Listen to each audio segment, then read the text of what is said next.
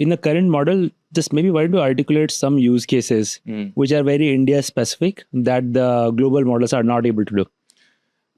So I think what global models could do is a good question to ask. But I think the ability for us to be able to build models which think of language as a first construct, right? That you want it to be good in Bengali, you want it to be good in Marathi is important.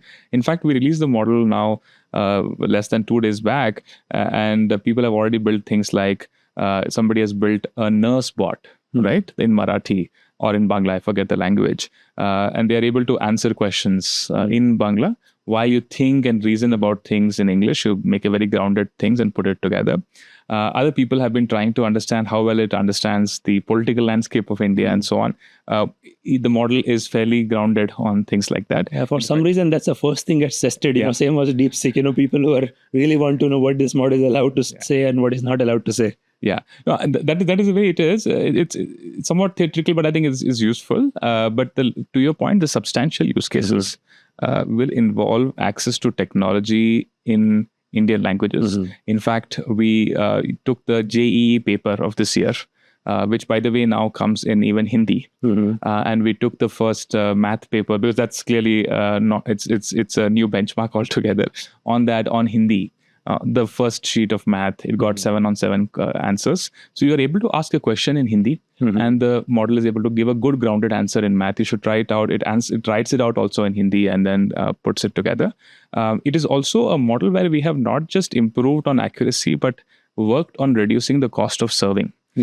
So we have actually optimized the model to be quantized and still accurate. In fact, in the blog also, we talk about how to reduce the cost of serving it on a H100. And we can bring the cost down even more as we work, right? So as people try it on the playground, they'll see the speed of the inferencing. So in India, we'd also like to talk about making serving accessible and reducing the cost. So that's also something we are deeply focused on. Other use cases include people wanting to build, let us say, voice-to-voice systems. Often people build it with English models and put other components around it. The model is fairly good now to do Indian language to Indian language output, while reasoning on a protocol of conversation that you have put out, right? It is also quite capable of combining the model's ability with a large knowledge bases. In fact, we have shown in the paper itself how if you add a particular knowledge base, the model outperforms even O3, which is a large reasoning model, on an challenging benchmark called Simple QA, which is a question answering benchmark.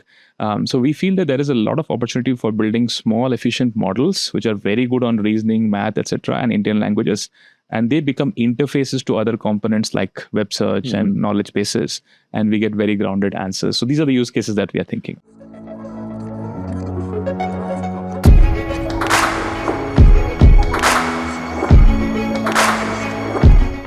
At SparX, we aim to bring to you stories of exponential impact. We share in-depth analysis of what goes behind success stories. If you find our conversations interesting, you can join us by subscribing to our YouTube channel. You can also listen to SparX on Spotify, Apple Podcast, or any other audio platform of your choice. If you have any suggestions on who we should invite or what topics we need to cover, just let us know in the comments. We are always listening, looking for ways to improve, and keep getting better as we go along.